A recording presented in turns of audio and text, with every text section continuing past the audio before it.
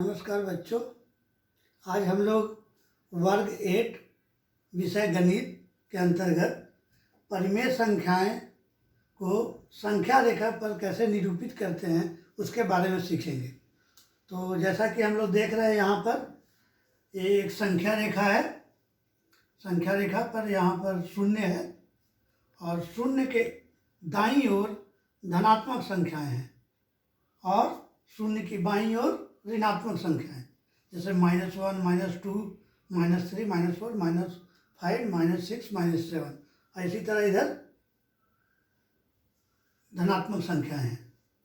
हम संख्या रेखा पर देखते हैं कि जब दाईं ओर हम बढ़ते हैं, दाहिनी तरफ, तो संख्या बढ़ते क्रम में होती है।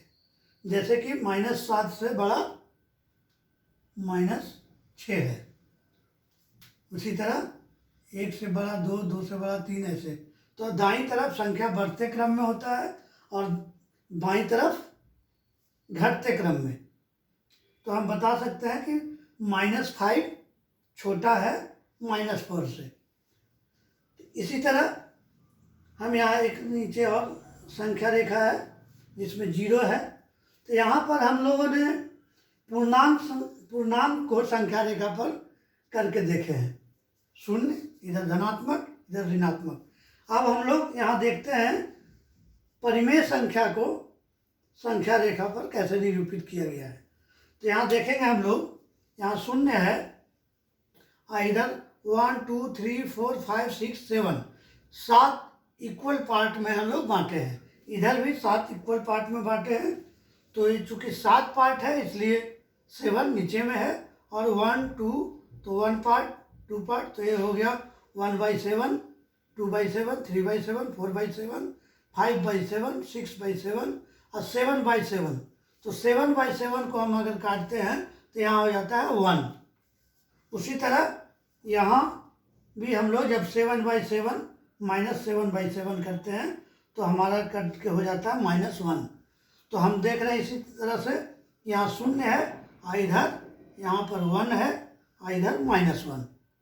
तो और अब हम परिमेय संख्याओं को किस तरह से संख्या रेखा पर निरूपित करेंगे वो करके देखते हैं। हम लोग संख्या रेखा पर परिमेय संख्या का निरूपण करके देखते हैं। तो यहाँ हमारे पास 2 परिमेय संख्या है, 2/3 और -2/3। तो हमको इस संख्या रेखा पर इसको निरूपित करना है। हम सबसे पहले देखते हैं कि संख्या रेखा पर यहाँ 0 है, इधर धनात्मक है, इधर ऋणात्मक -1। तो संख्या रेखा पर निरूपित करने के पहले हम संख्या को देखते हैं कि संख्या यदि धनात्मक होगी तो उसका निरूपण धनात्मक क्षेत्र में होगा, इधर 0 के दाईं तरफ। और यहाँ ऋणात्मक संख्या है, ऋणात्मक परिमेय है, तो इसका निरूपण 0 के बाईं तरफ, इस तरफ होगा। तो सबसे पहले हम संख्या को देखते हैं कि वो धनात्मक है या ऋणात्मक। तो 2/3 का निरूपण इस तरफ होगा और -2/3 का निरूपण इस तरफ होगा। ये पहली बात। और दूसरी बात, अब हम देखते हैं कि जो भी परिमेय संख्या है उसका नीचे जो संख्या है डिनोमिनेटर, वो ऊपर वाली संख्या से बड़ी है या छोटी। तो यहाँ पर 2 है, यहाँ 3 है, तो ये बड़ी है, नीचे वाली संख्या बड़ी है। जिस भी परिमेय संख्या में नीचे जो छोटी संख्या बड़ी संख्या होगी तो उसका निरूपण 0 से 1 के बीच में ही आएगा। तो इस तरह से हम देख रहे हैं कि इसको निरूपित करके देख रहे हैं। ये दूसरी बात हुआ। पहली हम लोग देखते हैं कि धनात्मक है या ऋणात्मक, तो यहाँ धनात्मक है। अब उसको देखते हैं कि नीचे वाली संख्या बड़ी है, नीचे वाली संख्या बड़ी होगी तो उसका निरूपण 0 और 1 के बीच में ही होगा। तो इसको करके देखते हैं। दूसरी बात हुई। और तीसरी बात, जो यहाँ पर 3 है, 3, तो इसको हम 3 बराबर भाग में बांटेंगे। 0 से 1 को, तो 1 भाग, 2 भाग और ये 3 भाग, 3 भाग हो गया। अब हम देखते हैं ऊपर में कौन सी संख्या है, तो 2 है, 2, तो 2 पार्ट ले लेते हैं, 1 और 2, तो यही पार्ट जो हो गया आउट ऑफ 3 2 लिए हैं, 1 2 3 था उसमें से 2 लिए हैं, तो इसका हो गया निरूपण 2/3। अब इसी तरह इस परिमेय संख्या को देखते हैं, तो यह है -2/3, तो -2/3 मतलब ये ऋणात्मक है, तो इसका निरूपण इस तरफ होगा। फिर हम दूसरी बात देखते हैं कि उसके नीचे में अंक बड़ा है, तो इसका भी मान 0 और 1 के बीच ही होगा। तो हम देखते हैं कि टोटल 3 है, तो इसको भी 3 बराबर भाग में बांटते हैं, 3 बराबर भाग में बांटे हमने, 1 2 और 3। अब इसको निरूपित करते हैं, तो 3 बराबर भाग में कितना भाग लेना है, 2, तो 1 और 2, तो ये जो हो गया यहाँ पर, यह हो गया 2/3, इसका चिन्ह होगा माइनस, क्योंकि शून्य के बाईं तरफ है। तो हमने इसको करके देखा।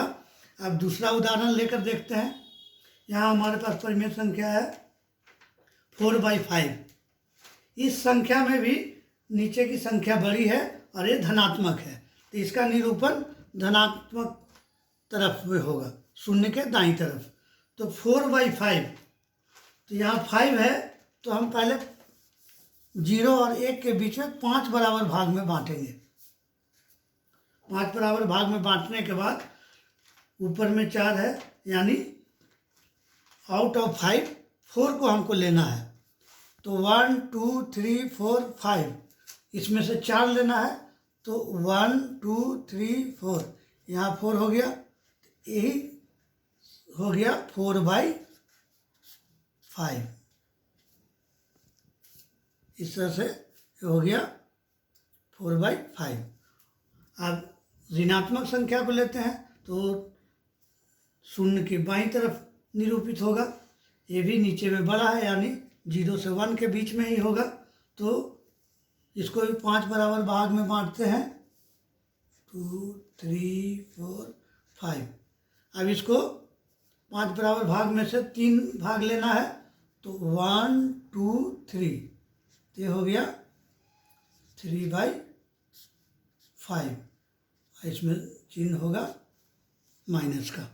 तो इस तरह से हम लोगों ने देखा कि 4/5 का हम लोग किए, तो 5 बराबर भाग में बांट लिए, और उसके बाद उसमें से 4 भाग लिए, 1 2 3 4, तो 5 बराबर 1 2 3 4 5 में से कितना लेना है, 4, तो ये हो गया यहाँ पर इस बिंदु पर संख्या रेखा पर 4/5। और यहाँ चूँकि ये ऋणात्मक है, तो शून्य के बाईं तरफ, तो इसको नीचे में 5 है, तो इसको 5 बराबर भाग में बांटे, और उसमें से कितना लेना है, 3, तो 1 2 3 लिए, तो ये संख्या रेखा पर -3/5 को दर्शाता है।